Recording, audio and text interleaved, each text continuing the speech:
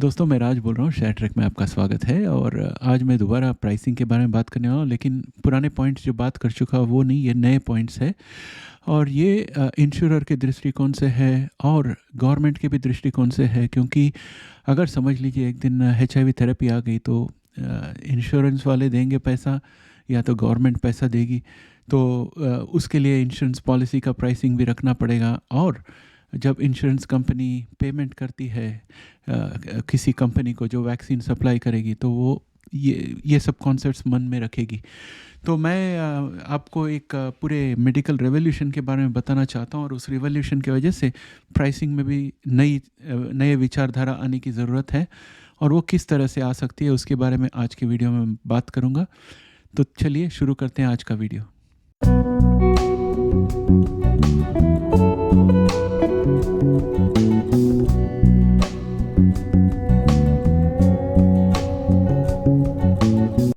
तो दोस्तों, आजकल मेडिसिन में काफ़ी रेवोल्यूशन आ रहा है।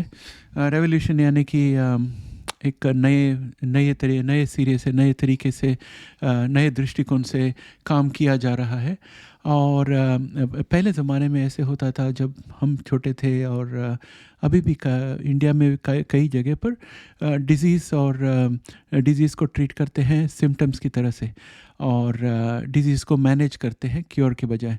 लगभग मोस्ट ऑफ द थिंग्स ऐसा ही है। समझ लीजिए डायबिटीज़ हो तो उसका ऐसे ही होता है, एनीमिया हो, ये सब ऐसे ही चलता है। दुनिया भर में फ़िलहाल सिम्टम बेस्ड मेडिसिन है। और उसकी वजह से क्या होता है कि आपको तकलीफ़ होती है, आप डॉक्टर के पास जाते हो, डॉक्टर प्रिस्क्रिप्शन लिख के देते हैं। आप फार्मेसी में जाते हो, डॉक्टर बोलता है 1 हफ़्ते का मेडिसिन है, आप 1 हफ़्ते का मेडिसिन लेते हो, उसके बाद ख़त्म।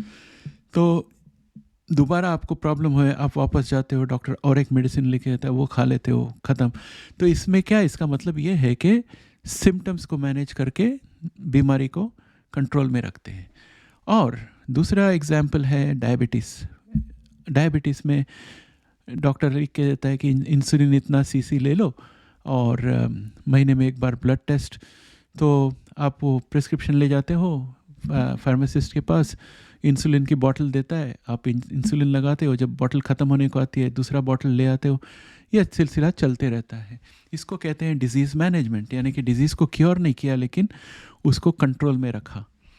तो ऐसे जो करंट मेडिकल थिंकिंग है और जो प्रोडक्ट्स है, वो डिज़ीज़ मैनेजमेंट और सिम्टम मैनेजमेंट के हिसाब से चल रही है। और आगे आने वाली जो थेरेपीज़ है, जो जीन थेरेपीज़ की बात करते हैं हम, और सेल थेरेपीज़ की बात करते हैं, ये मूलभूत जो कारण है बीमारी का, उसको एड्रेस करते हैं। और सेल एंड जीन थेरेपी आपको सर दर्द की दवा नहीं दे सकते, या आपको गिर के चोट लग गई, पैर में खरोच आ गया, उसके लिए सब सेल एंड जीन थेरेपी नहीं होगा। लेकिन सेल एंड जीन थेरेपी उस जगह पर आएगा, मिसाल के तौर पर diabetes. Cell and gene therapy से डायबिटीज़, एक बार आप वो थेरेपी ले लो तो ज़िंदगी भर के लिए आपको क्योर हो जाता है डायबिटीज़। तो उस तरह से काम करता है। तो ये जो रूट कॉज ट्रीटिंग दवाई है, जो एक डोज में ज़िंदगी भर के लिए आराम देता है या बीमारी को निकाल देता है, उसको हम सिम्टम बेस्ड दवा जो है, यानी कि फार्मेसी के पास जाओ और डोज लेके आओ, डोज ख़त्म हो गया, आप खुश, फिर वापस दोबारा आए तो वापस जाओ। तो इस तरह से जो इंसुलिन का प्रिस्क्रिप्शन भरते रहना पड़ेगा, वो सब नहीं होगा। तो इन दोनों को दो अलग नज़रिए से देखना चाहिए। हमें प्रगति को रोकनी नहीं है, ये कह कर के आपका दवा बहुत महंगा है, अगर ज़िंदगी भर के लिए डायबिटीज़ छूट सकती है तो क्यों ना करे।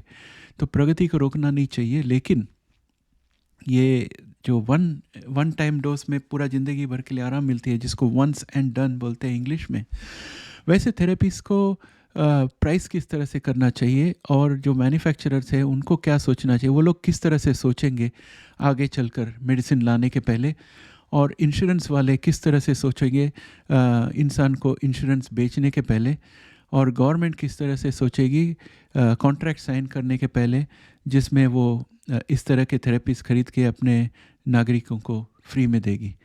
तो ART की जैसे होती है उसी तरह। तो अभी समझ लीजिए ART जो है, गवर्नमेंट का कैलकुलेशन है कि ART हर रोज़ पेशेंट लेगा तो हमारे को बहुत पैसे बचेंगे, क्योंकि आगे चलकर जो उसको तकलीफ़ होने वाली है वो सब उसमें सब खर्चा करने की ज़रूरत नहीं है, तो इसलिए गवर्नमेंट ART देती है, वो तो उसका हिसाब अलग है। लेकिन अगर HIV का एक क्योर आ गया जो एक बार आपको दे दे तो ज़िंदगी भर के लिए क्योर हो जाता है, तो गवर्नमेंट का हिसाब थोड़ा अलग हो जाएगा, राइट। तो उसी तरह से ये जो मैन्युफैक्चरर्स है जो दवाइयाँ बनाते हैं, वो अभी तो जीन थेरेपी है तो वो लोग टूट पड़े हैं कि चलो हम लोग को कुछ करके दिखाना है, और उन्होंने कैसे बीमारियां ढूंढी जिसमें आज की तारीख में कोई इलाज नहीं है। सिकल सेल डिजीज़ देख लीजिए उदाहरण के लिए, जिसका सबसे पहले जीन थेरेपी आने वाली है। सिकल सेल डिजीज़ में आज की तारीख में कोई इलाज नहीं है, उसके लिए ब्लड ट्रांसफ्यूजन करना पड़ता है महीने में 2-3 बार, और बेचारों को ब्लड ट्रांसफ्यूजन के चक्कर में कभी कभी HIV या हेपेटाइटिस B भी हो जाती है। तो इसमें जो अभी थेरेपीज नहीं है उसको हम स्टैंडर्ड ऑफ केयर कहते हैं, तो standard of care is not there. और अगर आप डायबिटीज़ देखो तो उसका स्टैंडर्ड ऑफ केयर क्या है, regular insulin and blood test, ये स्टैंडर्ड ऑफ केयर है, उसको स्टैंडर्ड ऑफ केयर करके कहते हैं। तो अभी जो थेरेपीज आ रही है मार्केट में, जीन थेरेपीज, वो ऐसे जगह पे आ रही है जहाँ पर स्टैंडर्ड ऑफ केयर ना के समान है। तो सिकल सेल डिजीज़ पहले आने वाली है, दिसंबर में 2 कंपनियों के सिकल सेल डिजीज़ अप्रूव होने वाली है, थेरेपी अप्रूव होने वाली है, जो एक बार पेशेंट को दिया तो ज़िंदगी भर के लिए उनको सिकल सेल डिजीज़ का ये पूरा बंद हो जाएगा, उनको ब्लड ट्रांसफ्यूजन करने की ज़रूरत नहीं, उनको महीने में 3 बार प्रॉब्लम आने नहीं आएगा, वो सब सॉर्ट हो जाएगा। तो उसकी प्राइसिंग जो है काफ़ी महंगी है, मैंने इसके बारे में पहले भी बात किया हुआ है, 3 लाख 2,04,000 के डॉलर के आसपास है उसका डोज का भाव। और ICER करके जो संस्था है उसने भी वो कहा है कि 2,04,000 जितना डॉलर्स का खर्चा जो है 2.04 मिलियन का जो है वो खर्चा वाजिबी है, मिलियन, हज़ार नहीं मिलियन। तो उन्होंने जिस तरह से वो प्राइसिंग निकाला, उनको थोड़ा आसान था क्योंकि अभी स्टैंडर्ड ऑफ केयर नहीं है सिकल सेल डिजीज़ में।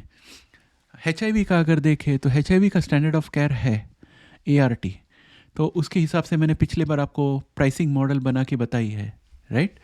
तो ये सब देखते हुए मैन्युफैक्चर जो है उसको अंदाज़ा लगता है कि अगर हमारा ट्रीटमेंट सक्सेसफुल हो जाए तो हमको एक डोज के लिए कितना मिल सकता है, और उसके हिसाब से वो लोग देखते हैं कि हमारे को रिसर्च करने में कितना खर्चा होगा, और रिसर्च करने के बाद प्लांट लगाने को कितना खर्चा होगा, फिर मैन्युफैक्चरिंग करने को कितना टाइम लगेगा एक साइकिल के लिए, एक बैच के लिए, और हर एक बैच का कितना कॉस्ट होगा। फिर उसके बाद वो देखते हैं कि ये सब करने के बाद जिन्होंने इन्वेस्ट किया उनको हमें रिटर्न देना है, वो सब देने के बाद कितना होता है। तो वो टोटल जो है अगर अभी का जो कॉस्ट है उससे कम रहे तो वो लोग ज़रूर बिना हिचकिचाए प्रोजेक्ट को आगे बढ़ाएंगे। अगर वो नहीं होता है तो फिर उनको एक डिसीजन लेना पड़ेगा, उनको ये डिसीजन लेना पड़ेगा कि इतना पैसा हमको मिल नहीं सकता है, इससे कम ही मिल सकता है, इसलिए हम कम भाव में करेंगे, लेकिन ज़्यादा दिन तक दवा बेचकर हम उसमें से हमारा खर्चा निकाल लेंगे। लेकिन इसमें एक अड़चन आती है, वो है पैटेंट। पैटेंट जो है 10 साल के लिए रहती है, 10 साल के बाद जेनेरिक आ जाता है। और HIV के लिए तो बहुत सारे लोग कहेंगे कि भाई हमारे को जल्दी से जल्दी है जेनेरिक दो, तो इसकी वजह से गवर्नमेंट को भी इसके बीच में आना पड़ेगा। और जो वेस्टर्न कंट्रीज है इसमें इंश्योरेंस कंपनीज भी पे करती है, तो उनको भी ये सोचना पड़ेगा कि हम पेशेंट को किस तरह से इंश्योर करें। हमारा इंश्योरेंस कॉन्ट्रैक्ट में क्या हम ये लिखने वाले हैं कि HIV कवर नहीं होगा, कि ये लिखने वाला है कि अगर HIV का वैक्सीन आया तो उसमें आपको सब्सिडी देंगे। तो ये सब चीज़ें जो है वो इंश्योरेंस वाले को सोचनी पड़ेगी, ये सब चीज़ें जो है वो गवर्नमेंट को भी सोचनी पड़ेगी। लेकिन मैन्युफैक्चरर इस तरह से सोचेगा। और जो जगह पर स्टैंडर्ड ऑफ केयर जो है बहुत सस्ती है, उदाहरण डायबिटीज़, जहाँ पर स्टैंडर्ड ऑफ केयर अगर इंसुलिन इंडिया में सस्ते में मिलता है तो फिर कंपनी को सोचना पड़ेगा कि हम सस्ते में हमारा थेरेपी दे सकते हैं कि नहीं। अगर हम सस्ते में थेरेपी नहीं दे सकते तो हमें बनाना ही नहीं है, तो इस तरह से वो सोचेंगे। तो ये एक तरफ से मैन्युफैक्चरर के तरफ से है, और जो इन्वेस्टर है जो स्टॉक खरीदता है ये कंपनी, इन कंपनियों में, वो भी इसी तरह से सोचेगा कि अगर कंपनी कोई दवा बना रही है और वो दवा बेचने के बाद प्रॉफिट की बजाय घाटा होता है या प्रॉफिट नहीं होता है तो कोई उस कंपनी में इन्वेस्ट करना नहीं चाहेगा। और अगर कोई उस कंपनी में इन्वेस्ट करना नहीं चाहेगा तो वो कंपनी को पैसे नहीं मिलेंगे, और पैसे नहीं मिलेंगे तो वो कंपनी चलेगी नहीं, कंपनी बंद हो जाएगी। तो इसलिए कंपनी को भी प्रॉफिट के लिए देखना पड़ता है। दूसरी तरफ जो इंश्योरेंस कंपनी और गवर्नमेंट जो है जो देखेगी कि पेशेंट को सब्सिडाइज करना है जीन थेरेपी से, तो वो लोग सोचेंगे कि जो यंग है, समझ लीजिए 18 साल का कोई है जिसको अभी थेरेपी देंगे तो ज़िंदगी भर के लिए उसके लिए क्योर हो जाएगा, और एक 70 इयर्स का आदमी है जिसको थेरेपी देंगे तो ज़िंदगी भर के लिए क्योर हो जाएगा। तो इंश्योरेंस वाले, जो प्राइवेट इंश्योरेंस वाले हैं, वो यही सोचेंगे कि 18 साल वाले को मैं सब्सिडाइज़ करता हूँ, 70 वाले को करके इतना फ़ायदा नहीं है क्योंकि वो शायद और 10 साल जिएगा, लेकिन 18 साल वाले को करूँ तो उसके और 70 साल है ज़िंदगी बाकी। तो ये इंसानियत के हिसाब से हमें ऐसे लगता है कि ऐसे नहीं सोचना चाहिए, लेकिन इंश्योरेंस कंपनी जो है उसके भी शेयर होल्डर्स रहते हैं, उसी की वजह से वो बिज़नेस कर पा रही है, तो उसको शेयर होल्डर्स के लिए रिटर्न देनी चाहिए। अगर इंश्योरेंस कंपनी हर किसी को रिफ़ंड कर दे तो इंश्योरेंस कंपनी का घाटा होगा, और आप भी घाटे वाले कंपनी में पैसा नहीं डालोगे। तो ये जो मार्केट की जो प्रक्रिया है वो हमेशा ये सब चीज़ के बीच में आ जाती है। ये थिंकिंग जो है, मनी वाइज थिंकिंग, वो ये सब चीज़ के बीच में आ जाती है। तो उसके वजह से उम्र का भी हिसाब रहता है। यंग पीपल के लिए ज़्यादा फ़ायदा रहता है ट्रीटमेंट करने, और इंश्योरेंस के हिसाब से भी प्रीमियम जो है यंग पीपल के लिए कम रख सकते हैं क्योंकि यंग पीपल जल्दी बीमार नहीं होते हैं।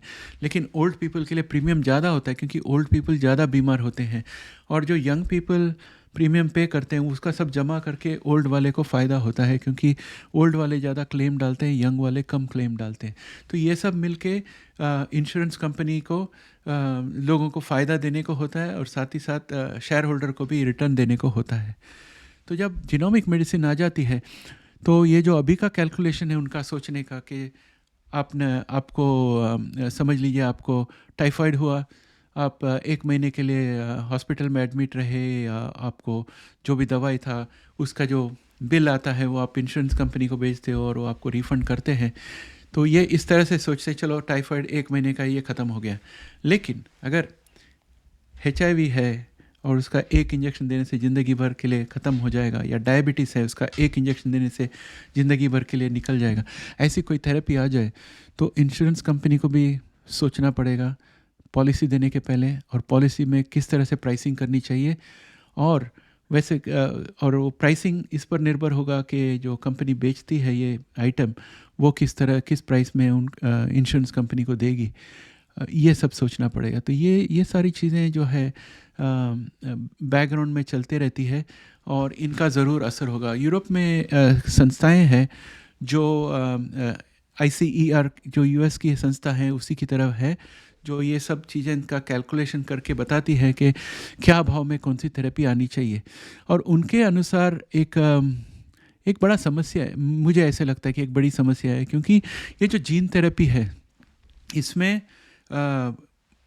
पक्का रिज़ल्ट बताना बहुत मुश्किल है, क्योंकि पक्का रिज़ल्ट बताने के लिए आपको सालों साल लग जाएगी। समझिए, मिसाल के तौर पे ले लीजिए HIV का थेरेपी है, तो HIV की थेरेपी जो है इसमें आपको अगर प्रूव करना है कि अगर इंजेक्शन देंगे तो एक इंसान ज़िंदगी भर उसको HIV नहीं होगी इसके बाद, यानी कि वो क्योर हो गया, तो क्या आप इंजेक्शन देकर एक इंसान की ज़िंदगी भर के लिए इंतज़ार करोगे 30-40 साल अप्रूवल के पहले?